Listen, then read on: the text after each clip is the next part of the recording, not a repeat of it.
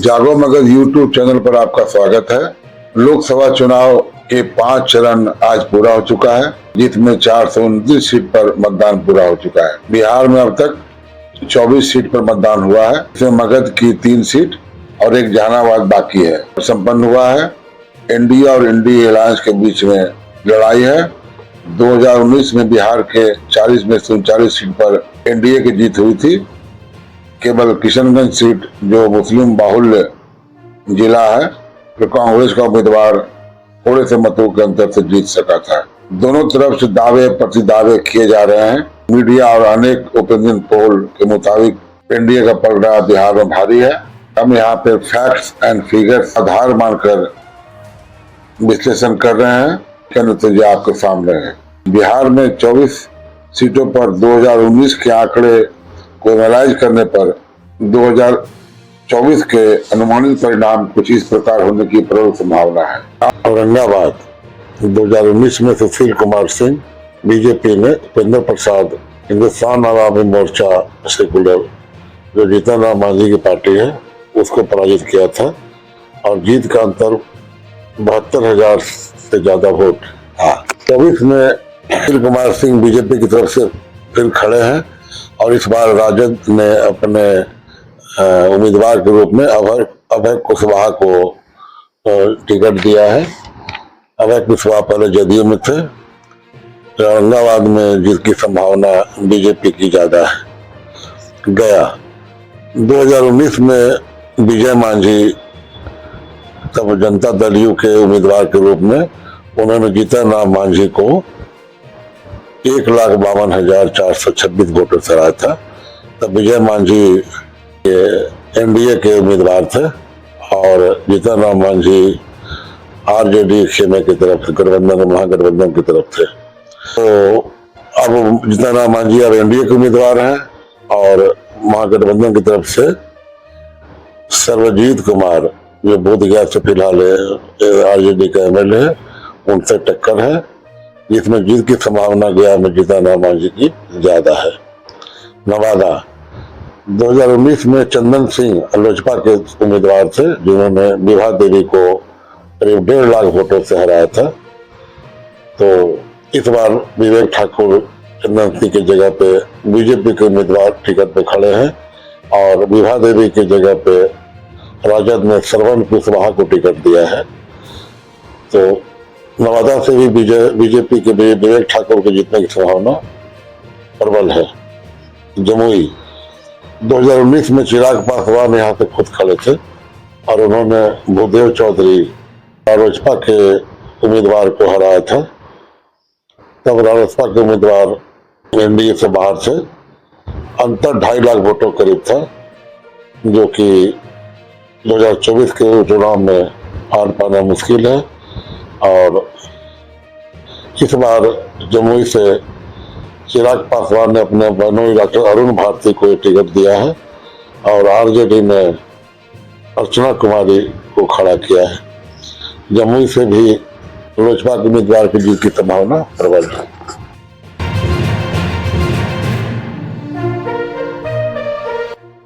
दो 2019 में कांग्रेस आई का कैंडिडेट मोहम्मद जावेद ने जदयू के उम्मीदवार सैयद मोहम्मद अशरफ को से मार्जिन 34,000 वोट से हराया था और यही एकमात्र सीट थी 2020 के चुनाव में जो एनडीए से बाहर गई थी कांग्रेस के खाते में। इस बार मोहम्मद जावेद फिर कांग्रेस के टिकट पर खड़े हैं, लेकिन जदयू ने अपने पुराने उम्मीदवार की जगह पे मुजाहिद आलम को खड़ा किया है। क्योंकि जीत का मार्जिन बहुत कम था तो यहाँ जदयू के उम्मीदवार जीतने की संभावना थोड़ी बहुत है, मगर ज्यादा संभावना कांग्रेस के मोहम्मद जावेद के लिए ही है। कटिहार 2019 में दुलाल चंद्र गोस्वामी जदयू के उम्मीदवार के रूप में उन्होंने तारिक अनवर कांग्रेस कैंडिडेट को 57,000 से अधिक वोटों से हराया था और इस बार फिर दुलाल चंद्र गोस्वामी का टक्कर तारिक अनवर कांग्रेस के उम्मीदवार से है। किशनगंज और कटिहार ही 2 सीट है जिस पर दोनों पर जदयू लड़ रही है और कांग्रेस लड़ रही है। इन दोनों सीट में से एक सीट कोई न कोई कांग्रेस के खाते में जाना की संभावना लग रही है। पूर्णिया 2019 में संतोष कुमार कुशवाहा जदयू के उम्मीदवार के रूप में इन्होंने कांग्रेस के उदय सिंह को भारी 2,63,000 वोट से हराया था। इतना बड़ा अंतर तो पाटना मुश्किल है। 2024 में संतोष कुमार कुशवाहा पुनः जनता दल के टिकट पर है। राजद की तरफ से बीमा भारती, जो पहले जदयू की ही एमएलए थी और पार्टी से इन्होंने गद्दारी करके राजद का साथ दिया था, नीतीश कुमार ने इसे निकाल दिया था, जिसे राजद ने टिकट देकर पूर्णिया से लड़ाया है। पूर्णिया से पप्पू यादव जो कांग्रेस की टिकट लेना चाहते थे, इन्होंने पार्टी जैब का विलय कांग्रेस में कर दिया, मगर ये सीट गठबंधन के हिसाब से राजद ने अपने खाते में ले ली और पप्पू यादव को वो टिकट नहीं मिल सका, पर उन्होंने इंडिपेंडेंट के रूप में इलेक्शन यहाँ लड़ा है। संतोष कुमार कुशवाहा जदयू के जीत की संभावना प्रबल है। यहाँ भी जदयू के ही कैंडिडेट अजय कुमार मंडल ने शैलेश कुमार उर्फ बुलो मांझी को, जो आरजेडी के कैंडिडेट थे, उन्हें 3 लाख वोटों से हराया था। इतने बड़े अंतर को पाटना मुश्किल है। तो 2024 के चुनाव में भी अजय कुमार मंडल के जीतने की संभावना प्रबल है। 2019 में गिरधारी यादव जनता दल के कैंडिडेट में जयप्रकाश नारायण यादव आरजेडी को 2 लाख से अधिक वोटों से हराया था। तो इस बार भी गिरधारी यादव और जयप्रकाश नारायण यादव के बीच में मुकाबला है, जिसमें जदयू के कैंडिडेट के जीतने की संभावना प्रबल है।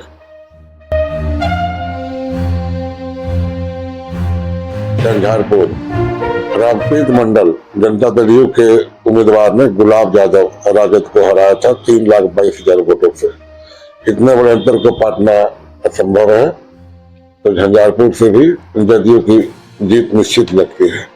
पॉल 2019 में दिलकेश्वर कामत जनता दल के उम्मीदवार ने रंजीता रंजन, जो पप्पू यादव की पत्नी का नाम है, कांग्रेस के टिकट पर लड़ा था चुनाव।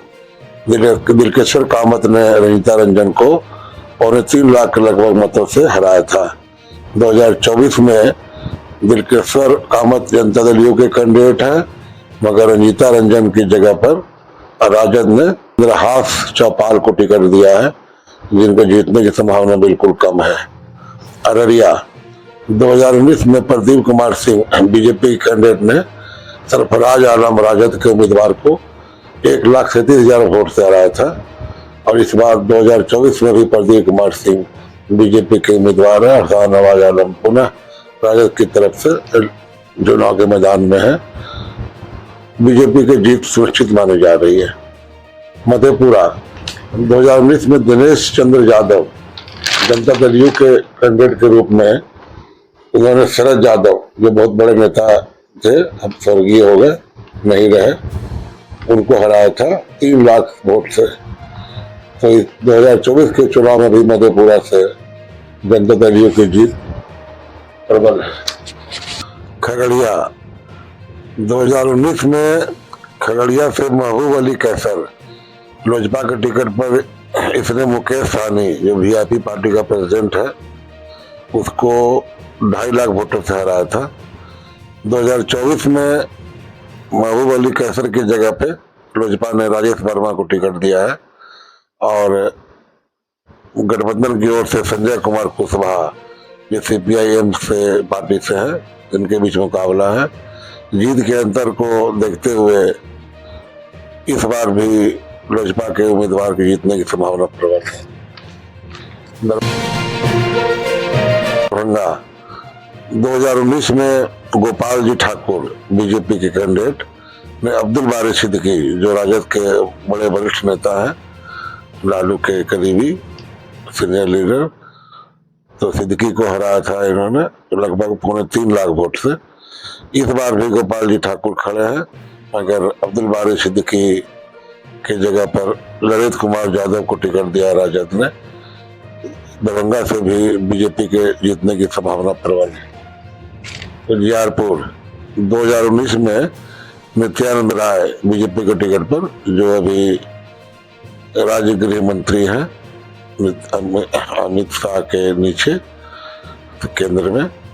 और इन्होंने उपेंद्र कुशवाहा को, जो रालोसपा के प्रेसिडेंट थे, एनडीए से अलग होकर लड़ रहे थे, इनको 3.5 लाख वोट से नित्यानंद राय ने हराया था। इस बार उपेंद्र कुशवाहा एनडीए में शामिल है, तो नित्यानंद राय की लड़ाई आलोक कुमार मेहता राजद के उम्मीदवार से हो रही है। तो पिछले जीत के अंतर को देखते हुए यहाँ से भी एनडीए की जीत की संभावना प्रबल है।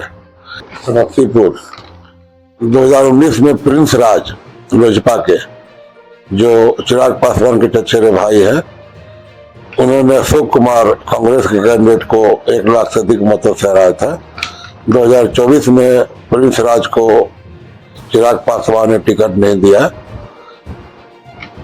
यहाँ से टिकट शांभवी चौधरी, जो आचार्य किशोर कुणाल की बहू है, और अशोक चौधरी, जो कांग्रेस के बड़े नेता थे और फिलहाल जदयू में है, मंत्री भी है, उनकी बेटी है, उनको टिकट मिला है। तो पिछली बार का जीत का अंतर को देखते हुए शांभवी चौधरी की जीत की संभावना प्रबल है। बेगूसराय गिरिराज सिंह बीजेपी ने कन्हैया कुमार को सभी लोग जानते हैं, जो जेएनयू के स्टूडेंट यूनियन के प्रेसिडेंट थे और भारत से टुकड़े टुकड़े होंगे इन्होंने जिनकी ख्याति हुई थी, जेल भी गए थे, जेल पर चुके थे। और ये सीपीआई के टिकट पर बेगूसराय से गिरिराज सिंह के खिलाफ लड़ा था, मगर बहुत भारी मतों से हार हुई थी कन्हैया कुमार की, 4.25 लाख वोट से। तो 2024 में गिरिराज सिंह पुनः खड़े हैं और सीपीआई की तरफ से कन्हैया कुमार की जगह अवधेश कुमार राय खड़े हैं। गिरिराज सिंह का जीतना तय है। मुंगेर 2019 में ललन सिंह, जो जनता दल यू के पूर्व अध्यक्ष है, राष्ट्रीय अध्यक्ष है और नीतीश कुमार के काफी करीबी है, इन्होंने नीलम देवी कांग्रेस की टिकट पर खड़ी थी, उनको 1,67,000 वोट से अधिक वोटों से हराया था। 2024 में ललन सिंह की जीत की संभावना प्रबल है।